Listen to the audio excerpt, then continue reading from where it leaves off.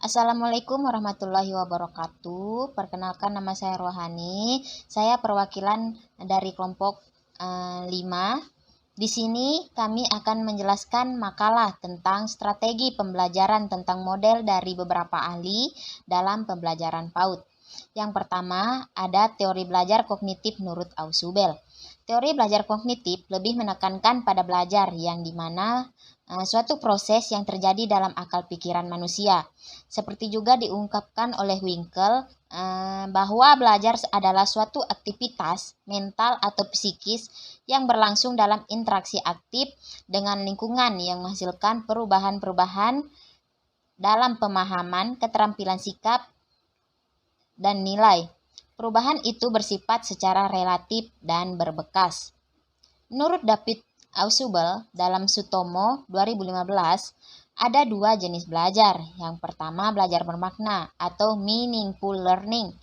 Belajar dikatakan bermakna bila informasi yang akan dipelajari peserta didik disusun sesuai dengan struktur kognitif yang dimiliki peserta didik itu, sehingga peserta didik dapat mengkaitkan informasi barunya dengan struktur kognitif yang dimilikinya. Yang kedua, belajar menghafal atau rote learning. Bila struktur kognitif yang cocok dengan fenomena baru itu belum ada, maka informasi baru tersebut harus dipelajari secara menghafal. Untuk menerapkan teori belajar Ausubel, Sulaiman 1988 menyarankan agar menggunakan dua fase, yaitu fase perencanaan dan fase pelaksanaan, yang dimana fase perencanaan itu menetapkan tujuan pembelajaran, yang dimana tahap pertama dalam kegiatan perencanaan adalah menetapkan tujuan pembelajaran. Model Ausubel ini dapat digunakan untuk mengajarkan hubungan dengan konsep-konsep dan generalisasi. Yang kedua, fase pelaksanaan. Untuk menjaga agar siswa tidak pasif, maka guru harus dapat mempertahankan adanya interaksi dengan siswa, selalu tanya jawab, memberikan contoh perbandingan, dan sebagainya, mengkaitkan dengan ide yang disampaikan saat itu. Guru hendaknya mulai dengan advanced organization dan menggunakan hingga akhir pelajaran sebagai pedoman untuk mengembangkan bahan pengajaran. Langkah berikutnya adalah menguraikan pokok-pokok bahan menjadi lebih terperinci melalui diferensiasi progresif. Setelah guru yakin bahwa siswa mengerti akan konsep yang disajikan, maka ada dua pilihan langkah, yang dimana satu, menghubungkan atau membandingkan konsep-konsep itu melalui rekonsiliasi integratif, dan yang kedua, melanjutkan dengan diferensiasi progresif sehingga konsep tersebut menjadi lebih luas. Yang B, konsep pembelajaran bermakna Ausubel, yang dimana satu, ada pengertiannya. Pandangan Ausubel 1963, pembelajaran bermakna merupakan proses mengkaitkan informasi atau materi baru dengan konsep-konsep yang telah ada dalam struktur kognitif. Menurut Ausubel, kebermaknaan suatu pembelajaran sangat dipengaruhi oleh sedikitnya 3 faktor. Yang pertama, struktur kognitif yang ada, stabilitas, dan kejelasan pengetahuan dalam suatu bidang studi tertentu pada waktu tertentu.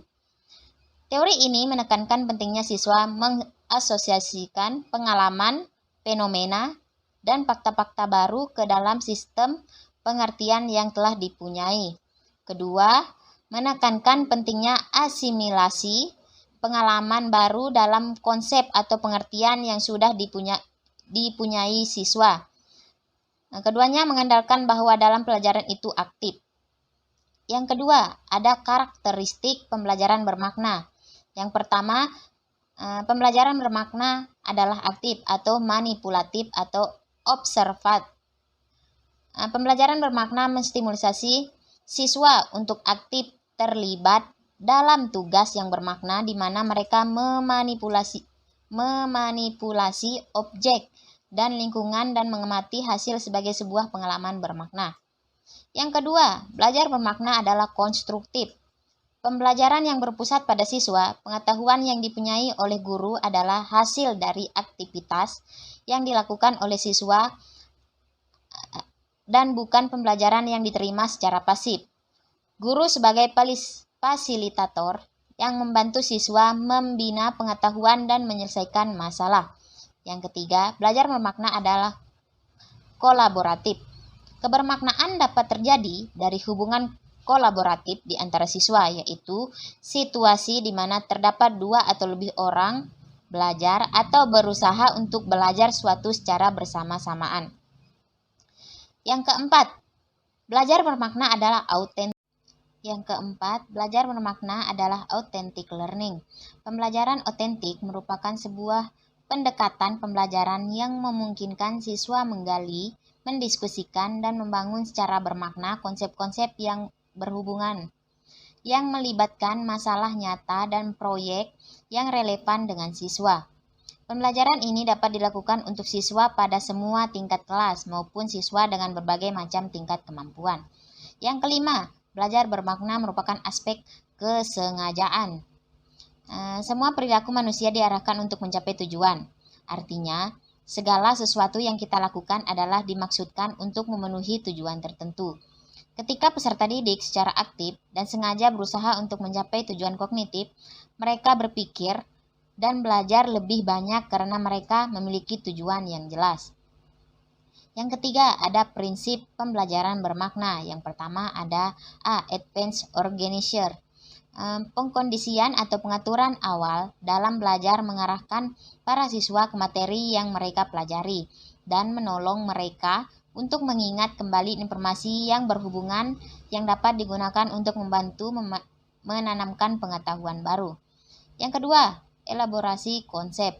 Selama belajar bermakna berlangsung, perlu terjadi pengembangan dan elaborasi konsep. Pengembangan konsep berlangsung paling baik bila unsur-unsur yang paling umum diperkenalkan terlebih dahulu, baru kemudian hal-hal yang lebih khusus dan detail dari konsep tersebut. Yang C, belajar superordinat. Belajar superordinat adalah proses struktur kognitif yang mengalami pertumbuhan ke arah diferensiasi, terjadi sejak perolehan informasi dan diasosiasikan dengan konsep dalam struktur kognitif tersebut. Yang D, penyelesaian integratif. Ausubel juga mengajukan konsep pembelajaran penyelesaian integratif. Caranya, materi pelajaran disusun sedemikian rupa sehingga guru dapat menggunakan hierarki konseptual ke atas dan ke bawah selama informasi disajikan. Dalam mengajar, bukan hanya urutan menurut diferensiasi progresif yang diperhatikan, melainkan juga harus diperhatikan bagaimana konsep-konsep baru dihubungkan pada konsep-konsep superdinat. Yang terakhir, ciri-ciri belajar bermakna. Belajar bermakna dapat diidentifikasi berdasarkan ciri-cirinya. Nasution 2003 memaparkan sebagai berikut. 1. Menjelaskan hubungan atau relevansi bahan-bahan baru dengan bahan-bahan lama. Yang kedua, lebih dulu diberikan ide yang paling umum dan kemudian hal-hal yang lebih terperinci. Yang ketiga, menunjukkan persamaan dan perbedaan antara bahan baru dengan bahan lama. Yang keempat, mengusahakan agar ide yang telah ada dikuasai sepenuhnya sebelum ide yang baru disajikan. Assalamualaikum warahmatullahi wabarakatuh. Saya Rusmawati dari kelas 6D. Saya akan melanjutkan presentasi kelompok kami yaitu dari materi sebelumnya. Yang selanjutnya yaitu C. Model homeschooling. Homeschooling merupakan kegiatan belajar yang mempunyai berbagai manfaat dan tujuan pendidikan, terutama bagi anak, karena dapat berlangsung secara menyenangkan. Homeschooling akan membawa anak-anak untuk belajar di dunia nyata, di alam yang sangat terbuka, sehingga manfaat dapat dirasakan oleh anak maupun orang tua. Homeschooling sebagai ajang menanamkan cinta belajar dengan memberikan keleluasaan belajar di mana saja, kapan saja, dan kapan saja. Tujuan dan manfaat homeschooling.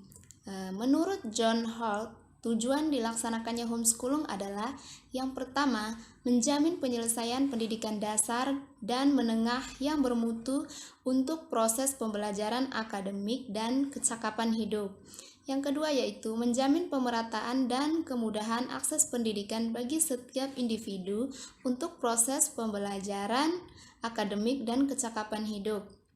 Yang ketiga yaitu melayani peserta didik dan memerlukan pendidikan akademik dan kecakapan secara fleksibel untuk meningkatkan mutu kehidupannya. Sedangkan menurut Adilistino, homeschooling memiliki beberapa manfaat sebagai berikut. Yang pertama yaitu anak-anak menjadi subjek belajar. Melalui homeschooling, anak-anak benar-benar diberi peluang untuk menentukan materi-materi yang dipelajarinya.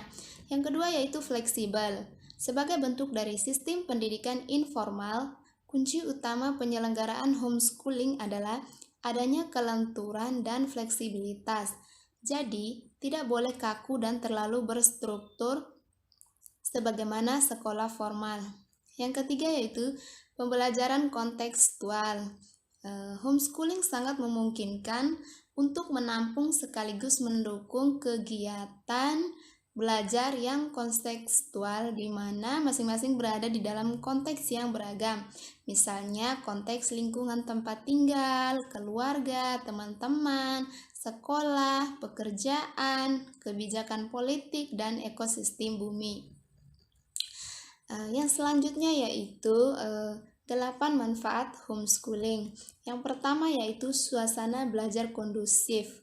Manfaat yang paling utama dirasakan adalah suasana belajar yang tercipta cukup kondusif, nyaman, ramah, serta bersahabat untuk anak. Yang kedua yaitu anak menjadi subjek belajar. Dengan belajar melalui homeschooling, anak akan mendapatkan kesempatan untuk bisa menentukan sendiri segala materi yang memang ingin dipelajarinya.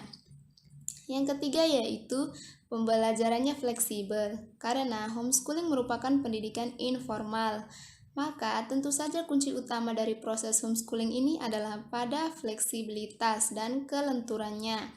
Yang keempat yaitu menciptakan kondisi pergaulan yang aman.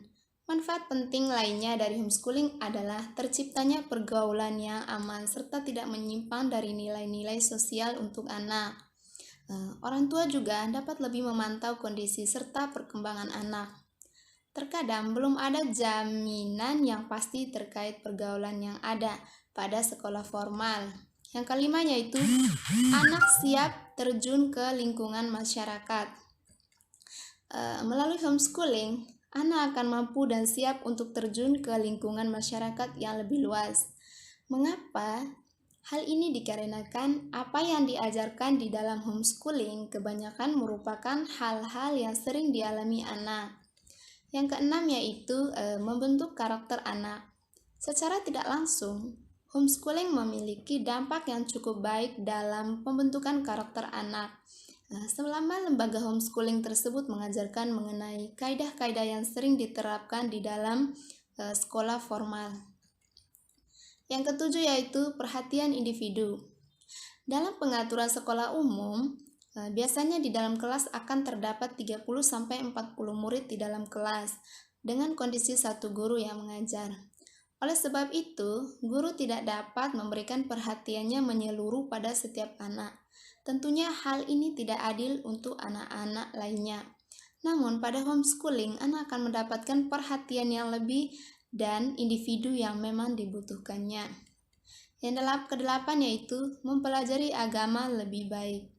Homeschooling juga akan memberikan pengaruh yang baik dalam pembelajaran agama oleh anak. Belajar mengenai agama merupakan masalah yang cukup sensitif, sehingga beberapa sekolah formal tampak seperti menghindarinya.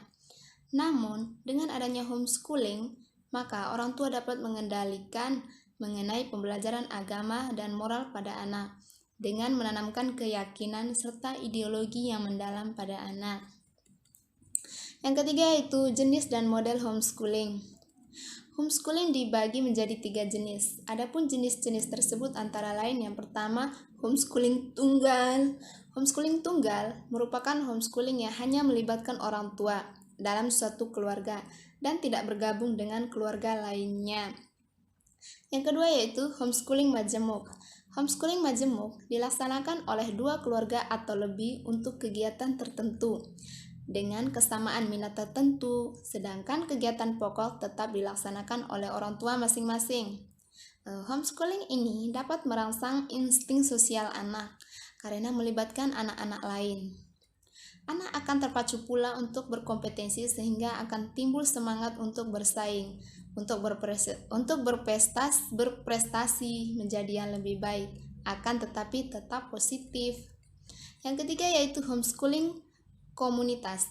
Homeschooling komunitas merupakan gabungan beberapa homeschooling majemuk yang menyusun dari menentukan silabus RPP, bahan ajar, sarana, serta jadwal pembelajaran. Peserta didik yang mengikuti homeschooling komunitas memiliki ruang gerak sosialisasi yang lebih luas dibandingkan dengan homeschooling lainnya. Yang keempat yaitu kelebihan dan kekurangan homeschooling. Ada beberapa kelebihan yang bisa didapatkan dengan sistem pembelajaran homeschooling, antara lain adalah yang pertama, customized, dapat menyesuaikan dengan kebutuhan anak serta kondisi orang tua. Yang kedua, dapat memaksimalkan potensi anak bahkan semenjak usia dini. Yang ketiga, memberikan peluang kepada anak untuk bisa mandiri dan kreatif secara individual, yang mana tidak akan didapatkan dalam sekolah-sekolah umum. Yang keempat, kemampuan untuk bergaul dengan orang tua serta orang yang berbeda usia. Terus, lebih siap terjun ke lingkungan sosial yang lebih luas.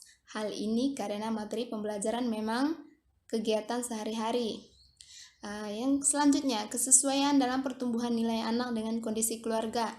Yang selanjutnya, terhindari dari pergaulan yang menyimpang.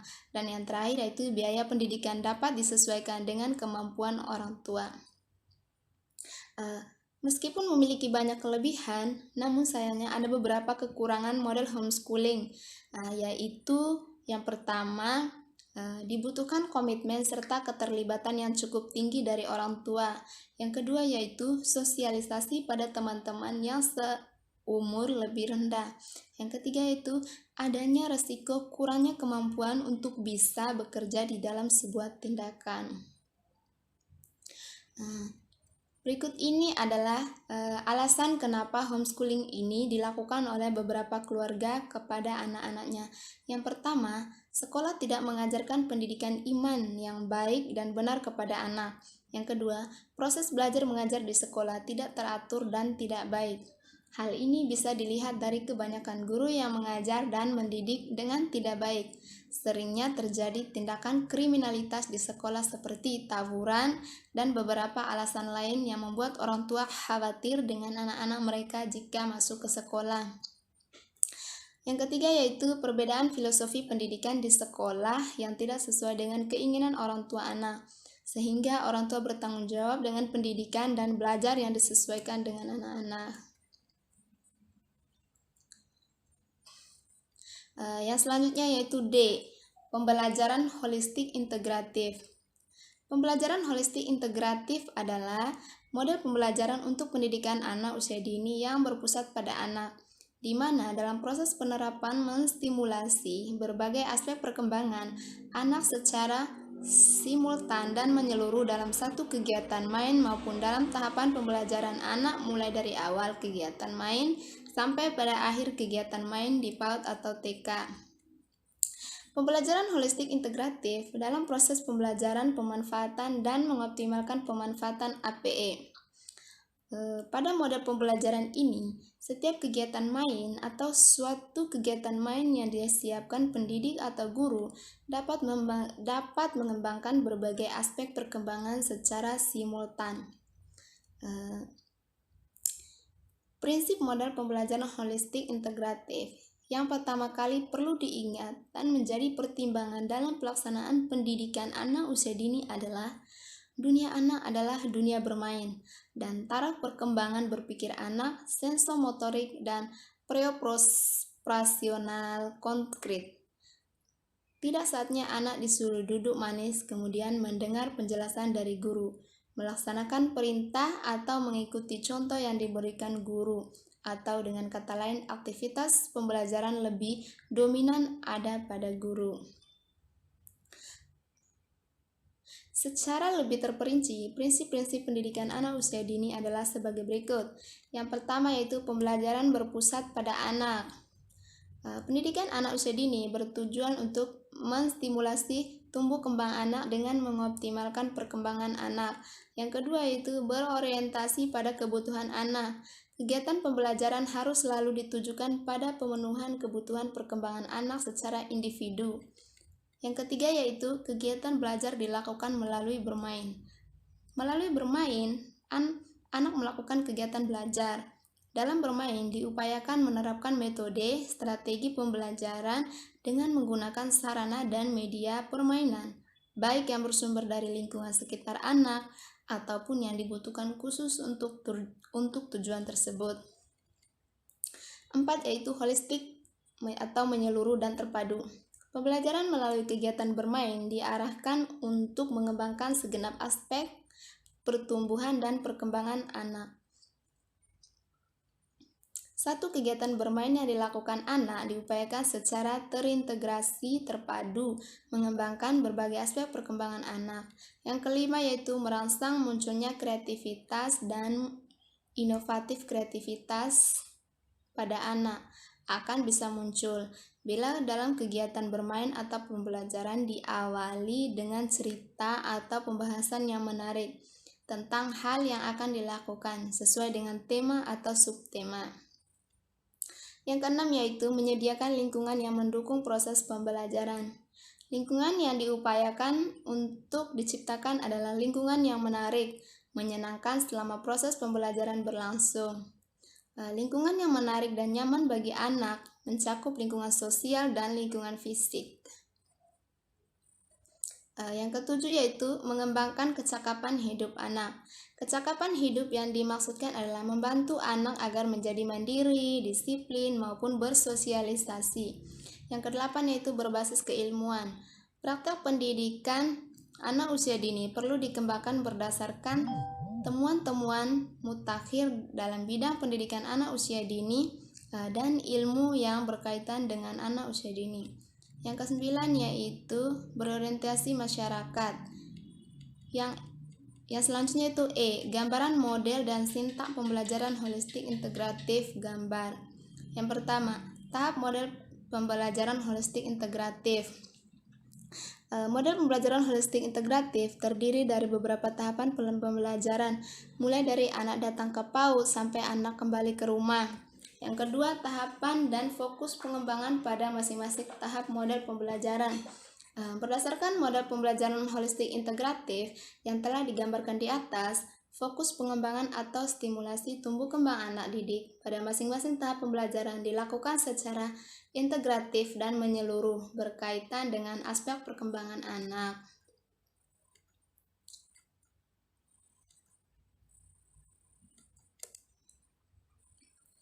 Yang selanjutnya yaitu fokus pengembangan masing-masing tahap penerapan model sebagai berikut. Fokus pengembangan masing-masing tahap penerapan model sebagai berikut. Yang pertama, main pembukaan. Yang kedua, kegiatan transisi. Yang ketiga, kegiatan dalam ruangan. Yang selanjutnya itu fokus pengembangan pada masing-masing tahap sebagai berikut.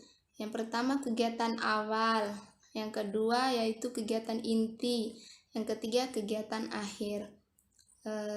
Itu saja yang dapat saya sampaikan pada materi kali ini.